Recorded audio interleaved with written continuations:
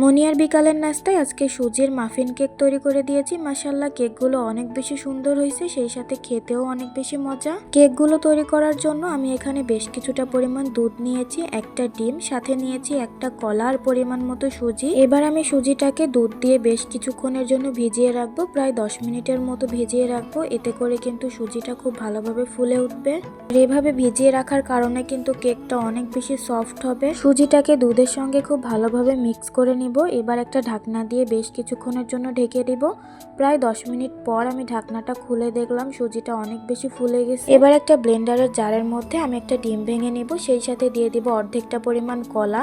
কলাটা বেশ অনেকটাই বড় ছিল, আর আমার মেয়ে মিষ্টি জাতীয় খাবার খুবই কম পছন্দ করে, এজন্য আমি কলাটা অর্ধেকটা পরিমাণ দিয়েছি। চাইলে কিন্তু আপনারা বেশি পরিমাণেও দিতে পারেন, চাইলে কলার পরিবর্তে এখানে খেজুরও দিতে পারেন। তো এখানে আমি 1 থেকে 2 ফোঁটা পরিমাণে ভ্যানিলা এসেন্স দিয়ে দিলাম, সেই সাথে অল্প একটু পরিমাণে বেকিং পাউডার দিয়েছি। এবার সুজি আর দুধের মিশ্রণটাকে আমি দিয়ে খুব ভালোভাবে ব্লেন্ড করে নিলাম। এরকম স্মুথ একটা ব্যাটার হয়। আজকের মাফিন কেকগুলো আমি এই সুন্দর মোল্ডে করব। এই পুডিং মোল্ডে কিন্তু পুডিং ছাড়া কেকও তৈরি করা যায়। তো মোল্ডের মধ্যে আমি একটু তেল ব্রাশ করে দিলাম, এতে করে মাফিন কেকগুলো খুব ভালোভাবে উঠে আসে। এই মোল্ডগুলোর কোয়ালিটি মাশাআল্লাহ এত বেশি ভালো, কেক বা পুডিং একদম সুন্দরভাবে পারফেক্ট হয়। মোল্ড আউট করার জন্য কোনো রকম কোনো ঝামেলা করতে হয় না। তো সবগুলো মোল্ডের মধ্যে এখন আমি পরিমাণ মতো একটু ব্যাটার দিয়ে দিচ্ছি। কেকগুলো যেহেতু একটু ফুলে উঠবে, যার কারণে আমি একটু ফাঁকা করে দিলাম। তো সবগুলো মোল্ডে ঢালার পরেও আমার বেশ কিছুটা ব্যাটার থেকে গিয়েছিল, তো সেইটুকু আমি একটা স্টিলের বাটিতে করে দিয়ে দিলাম।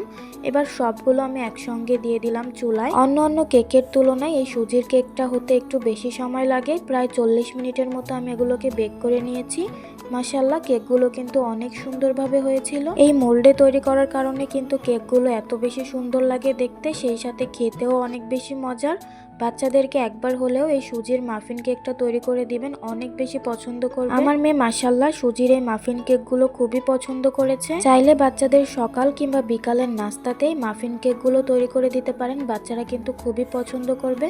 সেই সাথে কিন্তু অনেক বেশি পুষ্টিকর এই মাফিন কেকগুলো। চিনি ছাড়া খুব ইজিলি খেজুর বা কলা দিয়ে কিন্তু এই কেকটা তৈরি করতে পারবেন। কেকগুলো অনেক বেশি সফট। সুজির মাফিন কেকের রেসিপিটা কেমন লেগেছে কমেন্টে জানাবেন, আর ভালো লেগে থাকলে শেয়ার করে অন্যকে দেখার সুযোগ করে দিবেন। আল্লাহ হাফেজ।